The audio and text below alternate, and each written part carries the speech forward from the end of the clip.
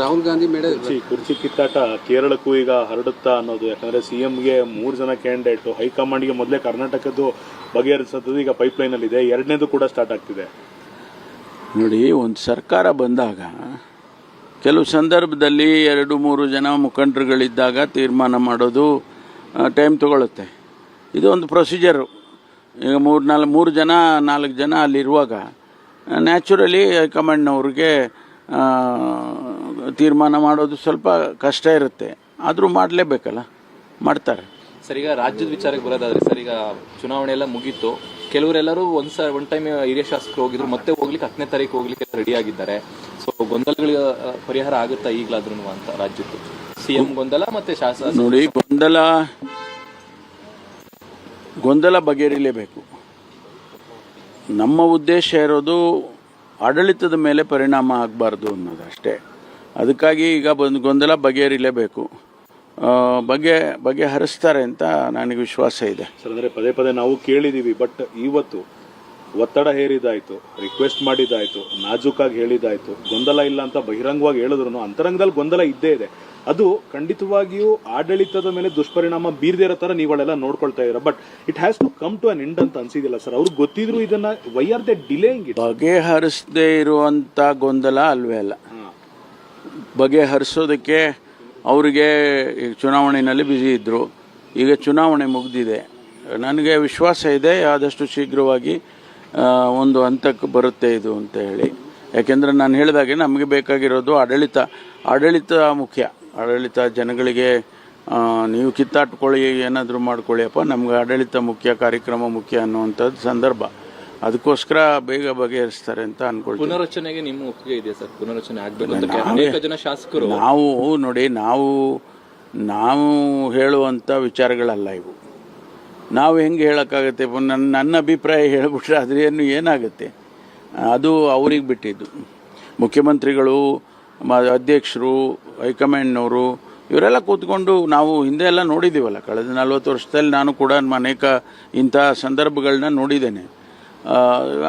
ತೀರ್ಮಾನ ಮಾಡ್ತಾರೆ. ಸ್ವಲ್ಪ ಕೆಲವು ಸಂದರ್ಭದಲ್ಲಿ ಟೈಮ್ ತಗೊಳುತ್ತೆ. ನಮ್ಮ ಕೇಸು ಈಗ ಹಂಗಾಗಿದೆ. ಅದರಿಂದ ಈಗ ಬಗೆಹರಿಸ್ತಾರೆ ಅಂತ ವಿಶ್ವಾಸ ಇದೆ ನನಗೆ. ರಾಹುಲ್ ಗಾಂಧಿ ಮೇಡೆ ಕುರ್ಚಿ ಕಿತ್ತಾಟ ಕೇರಳಕ್ಕೂ ಈಗ ಹರಡುತ್ತಾ ಅನ್ನೋದು, ಯಾಕಂದ್ರೆ ಸಿಎಂಗೆ 3 ಜನ ಕ್ಯಾಂಡಿಡೇಟ್, ಹೈಕಮಾಂಡ್ಗೆ ಮೊದಲೇ ಕರ್ನಾಟಕದ್ದು ಬಗೆಹರಿಸೋದು ಈಗ ಪೈಪ್ಲೈನ್ ಅಲ್ಲಿ ಇದೆ, ಎರಡನೇದು ಕೂಡ ಸ್ಟಾರ್ಟ್ ಆಗ್ತಿದೆ. ನೋಡಿ, ಒಂದು ಸರ್ಕಾರ ಬಂದಾಗ ಕೆಲವು ಸಂದರ್ಭದಲ್ಲಿ 2-3 ಜನ ಮುಖಂಡರುಗಳಿದ್ದಾಗ ತೀರ್ಮಾನ ಮಾಡೋದು ಟೈಮ್ ತಗೊಳುತ್ತೆ. ಇದು ಒಂದು ಪ್ರೊಸೀಜರು.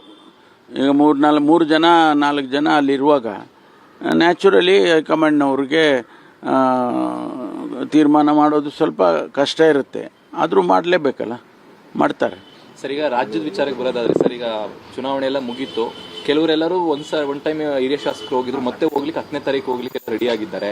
ಸೊ ಗೊಂದಲಗಳಿಗೆ ಪರಿಹಾರ ಆಗುತ್ತಾ ಈಗಲಾದ್ರೂ ಅಂತ ರಾಜ್ಯದ್ದು ಸಿಎಂ ಗೊಂದಲ ಮತ್ತೆ ಶಾಸಕ? ನೋಡಿ, ಗೊಂದಲ ಬಗೆಹರಿಲೇಬೇಕು.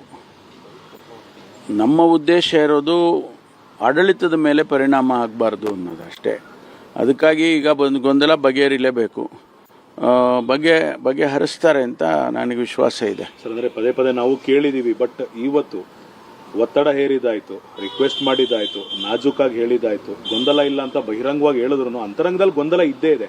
ಅದು ಖಂಡಿತವಾಗಿಯೂ ಆಡಳಿತದ ಮೇಲೆ ದುಷ್ಪರಿಣಾಮ ಬೀರದೇ ಇರೋ ತರ ನೀವೆಲ್ಲ ನೋಡ್ಕೊಳ್ತಾ ಇದ್ದೀರಾ. But it has to come to an end ಅಂತ ಅನ್ಸಿದಿಲ್ಲ ಸರ್? ಅವ್ರಿಗೆ ಗೊತ್ತಿದ್ರು ಇದನ್ನ why are they delaying it? ಬಗೆಹರಿಸದೇ ಇರುವಂತ ಗೊಂದಲ ಅಲ್ವೇ ಅಲ್ಲ. ಬಗೆಹರಿಸೋದಕ್ಕೆ ಅವರಿಗೆ ಈಗ ಚುನಾವಣೆಯಲ್ಲಿ ಬ್ಯುಸಿ ಇದ್ದರು. ಈಗ ಚುನಾವಣೆ ಮುಗಿದಿದೆ. ನನಗೆ ವಿಶ್ವಾಸ ಇದೆ ಆದಷ್ಟು ಶೀಘ್ರವಾಗಿ ಒಂದು ಹಂತಕ್ಕೆ ಬರುತ್ತೆ ಇದು ಅಂತ ಹೇಳಿ. ಯಾಕೆಂದರೆ ನಾನು ಹೇಳಿದಾಗೆ ನಮಗೆ ಬೇಕಾಗಿರೋದು ಆಡಳಿತ ಮುಖ್ಯ. ಆಡಳಿತ ಜನಗಳಿಗೆ ನೀವು ಕಿತ್ತಾಟ್ಕೊಳ್ಳಿ, ಏನಾದರೂ ಮಾಡ್ಕೊಳ್ಳಿಯಪ್ಪ, ನಮ್ಗೆ ಆಡಳಿತ ಮುಖ್ಯ, ಕಾರ್ಯಕ್ರಮ ಮುಖ್ಯ ಅನ್ನುವಂಥದ್ದು ಸಂದರ್ಭ. ಅದಕ್ಕೋಸ್ಕರ ಬೇಗ ಬಗೆಹರಿಸ್ತಾರೆ ಅಂತ ಅನ್ಕೊಳ್ತೀನಿ. ಪುನರಚನೆಗೆ ನಿಮ್ಮ ಒಪ್ಪಿಗೆ ಇದೆಯಾ ಸರ್? ಪುನರಚನೆ ಆಗಬೇಕು ಅಂತ ಅನೇಕ ಜನ ಶಾಸಕರು. ನಾವು ಹೇಳುವಂಥ ವಿಚಾರಗಳಲ್ಲ ಇವು. ನಾವು ಹೆಂಗೆ ಹೇಳೋಕ್ಕಾಗತ್ತೆ? ನನ್ನ ಅಭಿಪ್ರಾಯ ಹೇಳ್ಬಿಟ್ರೆ ಅದ್ರೇನು ಏನಾಗುತ್ತೆ? ಅದು ಅವ್ರಿಗೆ ಬಿಟ್ಟಿದ್ದು. ಮುಖ್ಯಮಂತ್ರಿಗಳು, ಅಧ್ಯಕ್ಷರು, ಹೈಕಮಾಂಡ್ನವರು ಇವರೆಲ್ಲ ಕೂತ್ಕೊಂಡು ನಾವು ಹಿಂದೆ ಎಲ್ಲ ನೋಡಿದ್ದೀವಲ್ಲ, ಕಳೆದ 40 ವರ್ಷದಲ್ಲಿ ನಾನು ಕೂಡ ಅನೇಕ ಇಂಥ ಸಂದರ್ಭಗಳನ್ನ ನೋಡಿದ್ದೇನೆ. ತೀರ್ಮಾನ ಮಾಡ್ತಾರೆ. ಸ್ವಲ್ಪ ಕೆಲವು ಸಂದರ್ಭದಲ್ಲಿ ಟೈಮ್ ತಗೊಳುತ್ತೆ. ನಮ್ಮ ಕೇಸು ಈಗ ಹಂಗಾಗಿದೆ. ಅದರಿಂದ ಈಗ ಬಗೆಹರಿಸ್ತಾರೆ ಅಂತ ವಿಶ್ವಾಸ ಇದೆ ನನಗೆ.